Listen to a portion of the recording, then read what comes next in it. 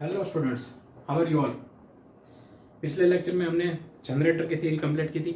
AC generator और DC generator दोनों complete किया। एसी एंड डीसी क्या है वो हम आज के लेक्चर में पढ़ने वाले हैं। ठीक है, एसी का मतलब क्या था? अल्टरनेटिंग करंट ना, जो अपनी direction time by time change करता था। और डीसी क्या था? एक ही डायरेक्शन में दिखा रहा था ना। तो वो पूरा फंडा क्या है एसी और डीसी का, वो हम आज पढ़ने वाले हैं। सवाल आपको इस तरीके से 2 या 3 मार्क में पूछ सकते हैं कि एक्सप्लेन एसी करंट, या तो फिर ऐसा पूछ सकते हैं कि write a short note on AC current. So क्या है बेसिकली एसी? अगर हम ध्यान से देखें तो आउटपुट में क्या था? गैल्वेनोमीटर पहले 0 पे था, फिर हाफ रोटेशन पे इस तरफ दिखाता था, हाफ रोटेशन पे इस तरफ दिखाता था, है ना। तो उसका मतलब ये है कि करंट हाफ ऑफ रोटेशन के लिए इस तरफ जा रहा था। मान लीजिए कि ये साइड नेगेटिव है, ठीक है, सॉरी मान लीजिए कि ये साइड पॉजिटिव है, तो करंट पहले इस डायरेक्शन में इंक्रीज हुआ, मैक्सिमम हुआ, फिर वापस 0 पे आ गया, फिर इस डायरेक्शन में गया, रिवर्स डायरेक्शन में, वहां पे मैक्सिमम हुआ, फिर 0 हो गया, फिर इस साइड पे मैक्सिमम 0, उस साइड पे मैक्सिमम 0, इस साइड पे मैक्सिमम 0, इस साइड पे मैक्सिमम 0। तो इस तरीके से हो रहे हैं, है ना। अल्टरनेटिंग करंट का तो यही मतलब है। तो अगर हम इसको ग्राफ में रिप्रेजेंट करें, ग्राफ के फॉर्म में, तो कुछ इस तरीके से आएगा। 0 से स्टार्ट हुआ, इस साइड पे मैक्सिमम, फिर 0, फिर उस साइड पे मैक्सिमम, फिर 0, फिर इस साइड पे मैक्सिमम। तो विथ टाइम, मान लीजिए कि ये एक्सिस है, वो टाइम की एक्सिस है, मान लीजिए कि ये टाइम है, ठीक है। तो टाइम के साथ साथ करंट अपनी डायरेक्शन चेंज कर रहा है, अपनी डायरेक्शन चेंज कर रहा है। तो इस तरीके का कुछ ग्राफ हमें मिलता है एसी करंट का, है ना। तो एसी करंट क्या है, उसकी डेफिनेशन अगर हम लिखें तो होगा कि the current whose direction changes periodically with time is called alternating current, or we can say AC in short। ठीक है, क्या है? The current whose direction changes periodically with time, that is called alternating current। देखिए यहाँ पे current की direction with time periodically change हो रही है, पहले इस डायरेक्शन में, फिर इस डायरेक्शन में, फिर इस डायरेक्शन में, फिर इस डायरेक्शन में, टाइम बाय टाइम उसकी डायरेक्शन चेंज हो रही है। सो इसको बोलेंगे अल्टरनेटिंग करंट। ओके, अब ऐसा कुछ ग्राफ आपने 9th में भी पढ़ा था आई थिंक, है ना। वो साउंड के चैप्टर में था, आई थिंक 12th चैप्टर था शायद। तो साउंड के चैप्टर में भी आपने ये वाला कुछ थोड़ा बहुत फंडा, है ना, वेव का फंडा पढ़ा है। तो इसमें क्या होता है कि मान लीजिए कि यहाँ से वेव स्टार्ट हुआ, तो इस डायरेक्शन में गया, इस डायरेक्शन में, और यहाँ पे खत्म हुआ, तो इसको बोलेंगे 1 साइकिल, है ना, 1 साइकिल। तो 1 साइकिल कंप्लीट होने में जो टाइम लगता है उसको बोलते हैं time period, capital T. Remember, याद आ रहा है? कुछ याद आ रहा है? याद आ रहा है ना। 1 साइकिल कंप्लीट होने में जो टाइम लगता है उसको बोलते हैं टाइम पीरियड, कैपिटल टी। ठीक है, तो मान लीजिए कि यहाँ से एक कंप्लीट हुआ, तो यहाँ पे मैंने लिखा है टी, मतलब कि 1 टाइम पीरियड, है ना। 1 साइकिल कंप्लीट होने में लगता टाइम, उसको बोलेंगे टाइम पीरियड। तो यहाँ पे टी है, तो ये आधा T/2 होगा, है ना।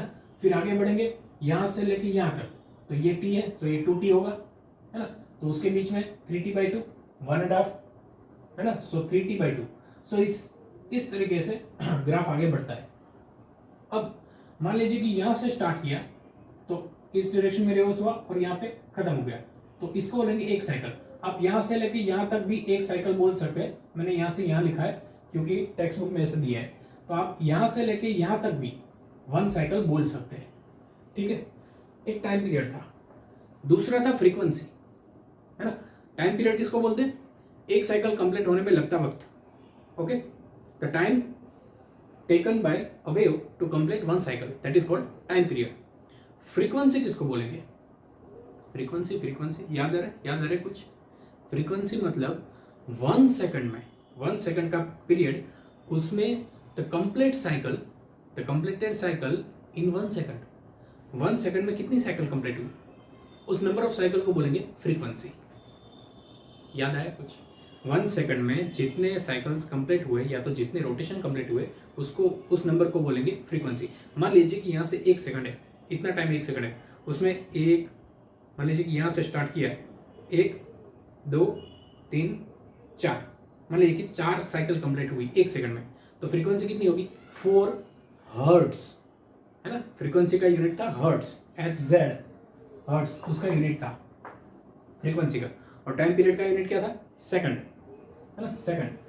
तो ये कुछ वर्ड्स थे। दूसरा भी था एक वेवलेंथ, जो यहाँ काम नहीं लगता, लेकिन मैं आपको समझा देता हूँ कि यहाँ से लेके यहाँ तक वन साइकिल कंप्लीट होने में जितना डिस्टेंस कट कर रहा है वेव, उसको बोलेंगे वेवलेंथ। याद आ रहा है कुछ, इसको बोलते हैं वेवलेंथ, लैम्बडा। सो ये सारे टर्म्स थे, ये ग्राफ आया इसलिए मैंने समझा दिया, और फ्रीक्वेंसी एंड टाइम पीरियड इसमें आ रहा है। तो अब एसी का फंडा क्या है, मान लीजिए कि यहां से एक साइकिल कंप्लीट हो गए, एक साइकिल को कंसिडर कर दे, तो एक साइकिल कंप्लीट होने में how many times the current changes its direction in one cycle, how many times the current changes its direction in one cycle. देखिए, एक यहां से चेंज हुई डायरेक्शन, फिर यहाँ गया, यहाँ से डायरेक्शन चेंज हुई, तो टोटल एक साइकिल में कितनी बार डायरेक्शन चेंज हुई, 2 बार, है ना। तो मान लीजिए कि इसकी फ्रीक्वेंसी 50 हर्ट्स है, कितनी है, 50 हर्ट्स। 50 हर्ट्स मतलब एक सेकंड में 50 रोटेशन हुए, 50 साइकिल कंप्लीट हुई। अब एक साइकिल में 2 बार डायरेक्शन चेंज हो रही है, तो 50 साइकिल्स में कितनी बार चेंज होगी, 100 बार, है ना। तो एक सेकंड में 50 साइकिल्स है, 50 साइकिल्स है, और 50 साइकिल्स में how many times the current changes its direction, 100 times, है ना।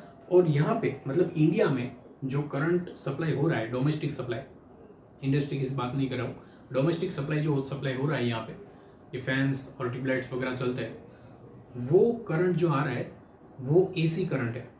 यहाँ पे जितना भी हमारे इक्विपमेंट्स चल रहे हैं, फैन है या ट्यूबलाइट है, एसी है, जो भी इक्विपमेंट्स चल रहे हैं वो एसी पे चल रहे हैं, मतलब अल्टरनेटिंग करंट पे चल रहे हैं। और उसका स्पेसिफिकेशन क्या है, वो करंट कुछ इसी तरीके से आता है, हमारे यहाँ जो सप्लाई आता है वो इसी तरीके का करंट है, मतलब अल्टरनेटिंग करंट है। उसकी फ्रीक्वेंसी है 50 हर्ट्स, कितनी, 50 हर्ट्स, यहाँ पे इंडिया में, है ना। याद रखना, एमसीक्यू में पूछ सकते हैं, आईएमपी क्वेश्चन है। इंडिया में डोमेस्टिक सप्लाई के लिए फ्रीक्वेंसी कितनी है, 50 हर्ट्स, 50 हर्ट्स है। और यहाँ पे सप्लाई कितना आता है, सप्लाई मतलब अगर हम बोर्ड में वोल्ट मीटर लगाना मत कभी, लेकिन अगर टेस्ट करें तो हमें गवर्नमेंट की तरफ से सप्लाई मिलती है 220 वोल्ट्स, 220 वोल्ट, 220 वोल्ट्स हमें सप्लाई मिलती है, और इसकी फ्रीक्वेंसी है 50 हर्ट्स। कितनी है, 50 हर्ट्स, 50 हर्ट्स का सप्लाई मिलता है हमें, ठीक है। तो ये हर्ट्स का फंडा क्लियर हो गया कि हमारे यहाँ जो सप्लाई आती है उसमें एक सेकंड में करंट 50 साइकिल्स कंप्लीट करता है, और हमारे यहाँ जो करंट आती है उसमें एक सेकंड में करंट अपनी डायरेक्शन 100 टाइम्स चेंज करता है। ओके, तो ये हो गया पूरा फंडा एसी का, मैंने समझा दिया। अब देख लेते हैं दूसरी बात। हाँ, दूसरी बात, ये जो एक साइकिल है, एक साइकिल इसने कंप्लीट की, उसका मतलब करंट ने यहाँ से स्टार्ट किया और यहाँ पे खत्म किया। एक साइकिल का मतलब यही है कि गैल्वेनोमीटर 0 से लेके पहले इस तरफ गया और फिर इस तरफ गया और वापस अपनी स्टार्टिंग पोजीशन पे आ गया। उससे रिवर्स समझाए तो ये किस ड्यू टू विच रीजन हो रहा है, लूप था जो जनरेटर, याद कीजिए उसमें जो मैग्नेटिक फील्ड में जो लूप था वो यहां से स्टार्ट होके हाफ रोटेशन घूमता है और फिर वापस अपनी पोजीशन पे आता है, तो वो 1 रोटेशन कंप्लीट हुआ। जब 1 रोटेशन उसका कंप्लीट होता है तो गैल्वेनोमीटर भी ऐसे दिखाता है, स्टार्टिंग से यहां फिर वापस, दैट मीन्स 1 साइकिल, है ना। और this 1 cycle means this 1 cycle, है ना। So this 1 cycle means the loop in the galvanometer completes its 1 rotation, that means this 1 cycle. Another 1 cycle मतलब the loop started its 2nd rotation from here, half rotation and half rotation। अगर इसको हम positive rotation बोले तो इसको बोलेंगे negative rotation, ठीक है। इसको अगर हम पॉजिटिव रोटेशन बोले तो इसको बोलेंगे negative rotation. So this is positive, this is negative, this is half rotation, this is half rotation in the generator from that loop. Okay, तो इसको मैंने जनरेटर के साथ रिलेट कर दिया, तो आप समझ सकते हैं कि जैसे ही रोटेशन हो रहा है we will get current like this. Okay, अब पूरा समझ लेते हैं। हियर टी मतलब periodic time is the time taken by the current to complete 1 cycle. Clear? Here T, capital T, that means the time taken by the current to complete 1 cycle. it is the same time. This time is the same time taken by the coil to complete one rotation. यही मैंने समझाया अभी कि ये वही time है जिस time में वो लूप जो कॉइल थी जनरेटर में वो अपनी वन रोटेशन कंप्लीट करती थी. ठीक है. So it is the same time taken by the coil to complete one rotation. F that means frequency is equal to 1/t. Equation याद है, 9th में आता था. Frequency is equal to 1 upon periodic time. Is F is equal to 1 upon T gives the frequency of AC. AC मतलब alternating current. F is equal to 1 upon T gives the frequency of alternating current, and it is the same frequency. It is the same frequency on which the coil rotates in the generator. है ना? So it is the same frequency of rotation of the coil in the AC generator. ठीक है. तो यहाँ पे जो frequency मिलती है कौन सी? 50 हर्ट्ज. So जो रोटेशन लूप और कॉइल जनरेटर में जो रोटेशन कर रही थी उसकी फ्रीक्वेंसी भी 50 हर्ट्ज ही होगी. AC voltage of 220 volt and frequency of 50 hertz is used for domestic purpose in India. ठीक है. IMP part. MCQ या फिल इन द ब्लैंक्स में शायद पूछ सकते हैं कि how many hertz of frequency is taken by alternating current in India. So India में AC की फ्रीक्वेंसी कितनी है वो पूछ सकते हैं. So in India the direction of AC changes 100 times in 1 second. 1 second में 50 रोटेशन है और 50 रोटेशन में कितनी टाइम्स चेंज होती है? 100 टाइम्स. और AC changes direction after every 100th of second. यहां से डायरेक्शन चेंज की तो डायरेक्शन चेंज कितने टाइम में की? ये टाइम, ये टाइम, ये टाइम, ये time. So after how many times the current changes its direction? 1 upon 100th of a second. एक सेकंड का 100वां भाग, 100वां भाग, 100वां पार्ट ना. तो उतने टाइम में करंट अपनी डायरेक्शन चेंज करता है. ठीक है. यूज कहाँ होता है AC का? Refrigerator, mixer, washing machine, fan, iron etcetera. That all equipment works on alternating current. ठीक है. तो ये पूरा फंडा था AC का. अब देख लेते हैं DC का फंडा. और DC की अगर हम बात करें तो DC का ग्राफ कुछ इस तरीके से आएगा, है ना. सेम डायरेक्शन चेंज नहीं हो रही है. वहाँ पे जो ऐसे था वो ऐसे ही है, ऐसे था. तो एक ही डायरेक्शन में है करंट, तो इसको बोलेंगे डायरेक्ट करंट और you can say unidirectional current. ठीक है. एक ही डायरेक्शन में यूनि डायरेक्शनल है. तो this current flows only in one direction. This current flows only in one direction, only in one direction. If the voltage does not change, then current remains constant.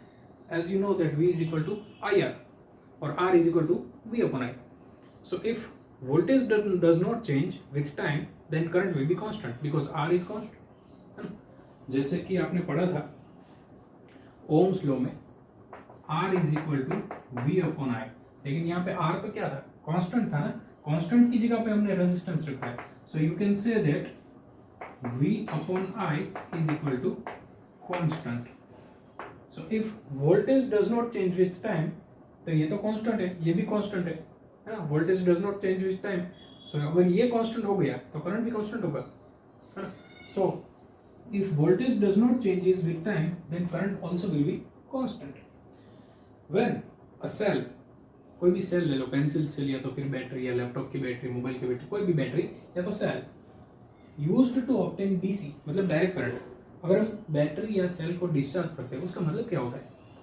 उसका मतलब क्या होता है कि हम बैटरी में और सेल में जो भी एनर्जी है उसको हम यूज़ कर रहे हैं. सो मान लीजिए कि जब फुल चार्ज है तब उसका वोल्टेज है 5.5 मान लीजिए, ठीक है. तो 5.5 100% पे है. जब हम यूज़ करते हैं तो उसकी एनर्जी हम गेन करते हैं, ऑब्टेन करते हैं. सो वोल्टेज धीरे धीरे डिक्रीज होगा. सो अगर वोल्टेज डिक्रीज होगा तो करंट भी डिक्रीज होगा, है ना. So if voltage decrease with time current also will decrease, है ना. वोल्टेज अगर डिक्रीज हो रहा है तो करंट भी डिक्रीज होगा साथ साथ में, क्योंकि हमें उसकी एनर्जी ऑब्टेन कर रहे हैं, उसको यूज़ कर रहे हैं. सो बैटरी डिस्चार्ज होने का मतलब क्या होता है कि वोल्टेज डिक्रीज हो रहा है और करंट भी डिक्रीज हो रहा है ना. सो when a cell or battery is used to obtain this direct current, voltage goes on decreasing as energy is used, energy जैसे यूज करते हैं वोल्टेज डिक्रीज हो रहा है, then the current also decreases with time. अगर voltage decrease होगा तो current भी डिक्रीज होगा। कुछ लिखा नहीं है, ऐसे ही बता रहा, यहाँ पे वो लिखा था ना, इसलिए V upon I is equal to constant. So अगर V डिक्रीज होगा तो I भी डिक्रीज होगा, ऐसा मैं समझा रहा। इन अ सर्किट, अगर हम किसी भी सर्किट की बात करें, जैसे कि आपने 12th चैप्टर में पढ़ा था, इस चैप्टर में भी कई सारी आई कि ऐसे ड्रॉ करते थे, यहाँ पे प्लस था, यहाँ पे माइनस था, मान लीजिए कि यहाँ पे कुछ सर्किट और ऐसे फ्लो हो रहा है, तो हम करंट की डायरेक्शन कौन सी बताते हैं, प्लस टू माइनस, है ना, प्लस से करंट निकलेगा और माइनस की ओर जाएगा। कभी माइनस में से करंट निकाला हमने नहीं, है ना, always we flow current from plus to minus. So we can say that the currents direction is unidirectional, एक ही डायरेक्शन में फ्लो होता है। So this can be said as a direct current, और you can say unidirectional current, है ना। तो ये जो बैटरी है, इसमें से करंट निकलता है, वो कौन से टाइप का था, एसी था या डीसी था, डीसी था, क्योंकि यहाँ पे यूनिडायरेक्शनल करंट है, एक ही डायरेक्शन में फ्लो होता है, ठीक है। So in a circuit current flows from positive to negative terminal of the battery, that means current flows only in one direction, है ना। Thus, the current obtained by a cell or battery is unidirectional and it is called direct current, है ना। तो अब समझ में आया कि जो भी हम बैटरी यूज करते थे, है ना, कई सालों से, वो बैटरी क्या थी, एसी थी या डीसी थी, डीसी थी, क्योंकि उसमें एक ही डायरेक्शन में करंट फ्लो होता है, unidirectional, so it is called direct current. तो ये जो बैटरी है, कोई सी भी बैटरी, अगर आप मोबाइल फोन की बैटरी ले लो, या लैपटॉप की बैटरी ले लो, या वॉच की बैटरी ले लो, रेडियो की बैटरी ले लो, टॉर्च की बैटरी ले लो, है ना, कोई भी बैटरी ले लो जिसमें हम एनर्जी स्टोर कर सकते हैं, वो बैटरी और cell always gives direct current. जो हमें सप्लाई मिलता है वही एसी है, बाकी जो भी हम स्टोर करके रखते हैं और उसमें से अगर हम करंट निकालते हैं तो वो डीसी होगा, समझ रहे हो। So this is called direct current. A generator that produce direct current is called DC generator. वो तो जनरेटर में भी आया था ये sentence. This is also known as dynamo. Dynamo word आपने कई बार सुना होगा, वो साइकिल के आगे रखते थे ना पुराने जमाने में, और कई सारी एक्टिविटी में भी होता था कि कनेक्ट डायनेमो विथ हीट ने, so like that. So dynamo जो था, डायनेमो क्या, अल्टीमेटली डायनेमो एक जनरेटर ही। डायनेमो में क्या करते हैं कि उसका एक्सल होता है, एक्सल रोटेट करता है। सो रोटेशन व्हील को आप किसी भी रोटेटिंग डिवाइस के साथ कनेक्ट कर दो, मानो कि साइकिल की रिंग के साथ कनेक्ट कर दो, तो साइकिल जैसे ही घूमेगा वो rotation, that rotation will be transferred to the axle of dynamo, और एक्सल के साथ क्या कनेक्ट किया होता है, लूप, और this that loop will rotate and dynamo, that means generator, will produce a current, है ना। सो अल्टीमेटली डायनेमो क्या है, डीसी जनरेटर है, याद रखना, डायनेमो क्या है, डीसी जनरेटर है, वो में डीसी पावर देगा, सॉरी डीसी करंट देगा, डायरेक्ट करंट देगा, पावर नहीं होता। सो डायनेमो भी क्या है, डीसी जनरेटर है। Dynamo is one type of generator, ठीक है, वो हम डेली लाइफ में यूज करते हैं, अभी तो नहीं करते, पहले करते थे, साइकिल के आगे कनेक्ट कर देते थे, तो जैसे ही वो साइकिल रोटेट करती थी, साइकिल का व्हील रोटेट करता था, तो dynamo also rotates and that will produce a direct current, और उसके साथ एक बैटरी कनेक्ट की होती थी, वो चार्ज होती थी, और वो चार्जिंग हम नाइट में साइकिल के आगे एक हेडलाइट रखते थे छोटी सी, तो वो हम बैटरी के जरिए यूज़ कर सकते थे। ऐसा कुछ था पहले ज़माने में, अभी तो बहुत सारी हाई एफिशिएंसी वाली बैटरी आ गई, तो वो हम यूज़ करते थे। यूजेज क्या है डीसी के, इसमें वो सारे डिवाइस लिखने हैं जिसमें स्टोर्ड सेल है, ठीक है, स्टोर्ड पावर हम यूज़ करते हैं, वो वाला डिवाइस है। रेडियो, रेडियो में पावर आते हैं, है ना, सेल आते हैं। सेल फोन्स, उसमें भी बैटरी आती है। लैपटॉप, उसमें भी बैटरी है। टॉर्च में भी सेल लगते हैं। वॉच में भी सेल होता है छोटा सा, है ना, राउंड शेप का। तो ये सारे यूजेस हैं डीसी के। तो आपको समझ में आ गया होगा कि डीसी कहाँ यूज़ होता है और एसी कहाँ यूज़ होता है। यूजेस देख लीजिए, radio, cell phone, laptop, torch, watch, ये सारे डिवाइस में डीसी लगता है। और फैन है, आयरन है, एयर कंडीशन है, ट्यूबलाइट है, वॉशिंग मशीन है, मिक्सचर है, वो सब में एसी लगता है, मतलब अल्टरनेटिंग करंट लगता है। तो ये हो गया डीसी की थ्योरी। अब देख लेते हैं दोनों के यूजेस कहाँ कहाँ पे होते हैं। देख लेते हैं उसके एडवांटेजेस और डिसएडवांटेजेस। एसी के एडवांटेजेस है, डीसी के कुछ डिसएडवांटेजेस है। देखते हैं क्या है एसी और डीसी के। Production of AC is easier and economical as compare to DC.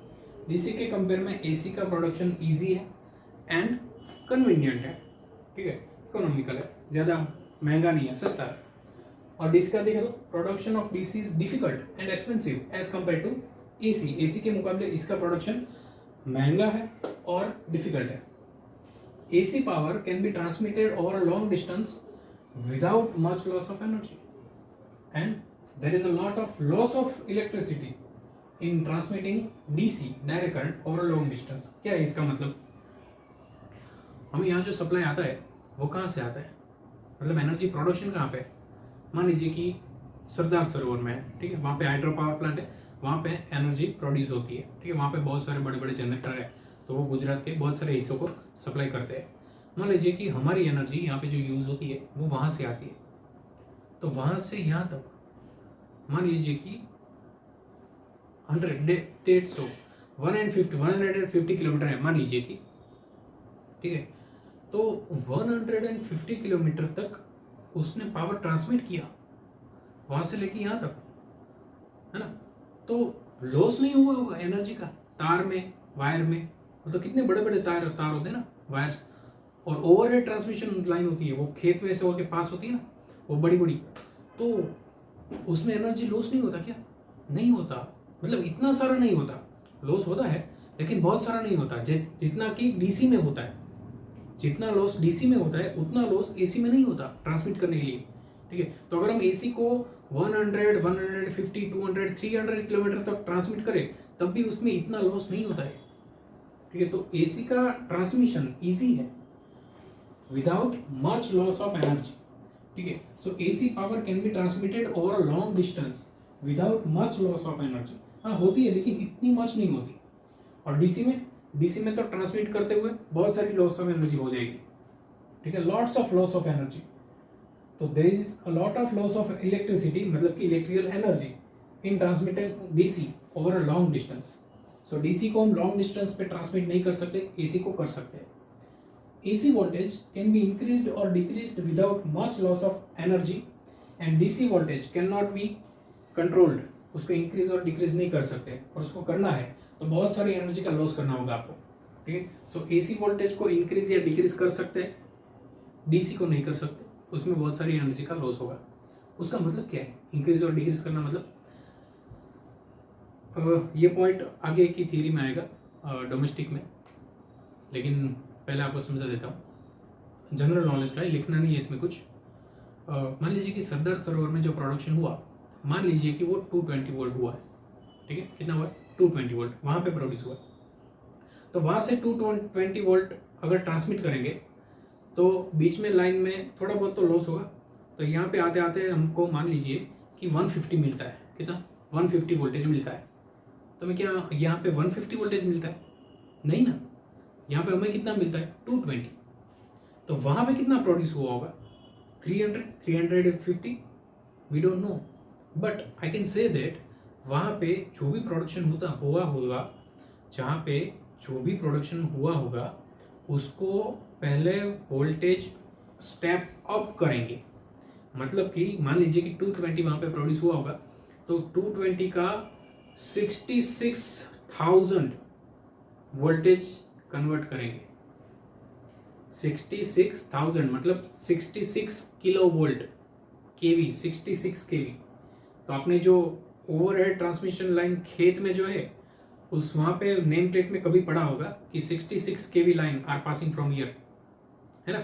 सो उसको बहुत ही हाई वोल्टेज करते हैं और फिर ट्रांसमिट करते हैं, ताकि जो भी लॉस हो वो मान लीजिए कि 66 केवी में से 6 किलो वोल्ट का 6000 वोल्ट का लॉस हो गया, फिर भी यहाँ पे कितनी आएगी? 60,000 वोल्ट्स, है ना। फिर यहाँ से स्टेप डाउन करेंगे और फिर हमें सप्लाई करेंगे स्टेप बाय स्टेप, है ना। तो ये सारी प्रोसेस है। जहाँ पे प्रोडक्शन हुआ है वहाँ पे स्टेप अप करेंगे, मतलब वोल्टेज को लो वोल्टेज में से ज़्यादा वोल्टेज करेंगे, हाई वोल्टेज करेंगे, फिर ट्रांसमिट करेंगे। फिर यहाँ पे आते ही मान लीजिए कि हमारे नज़दीक में कोई सबस्टेशन है, वहाँ पे आएगी, वहाँ से स्टेप डाउन किए करेंगे।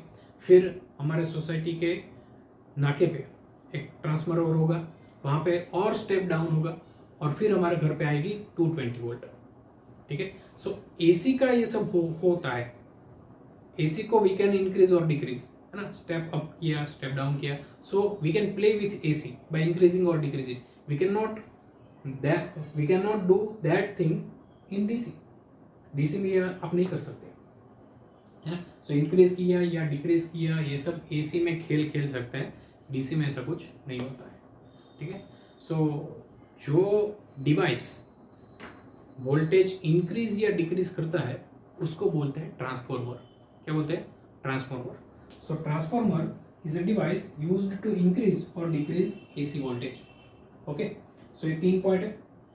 आपको 2 तरीके से थ्योरी पूछ सकते हैं, या तो आपको पूछे कि right advantages of AC only, so you can write this 3 points.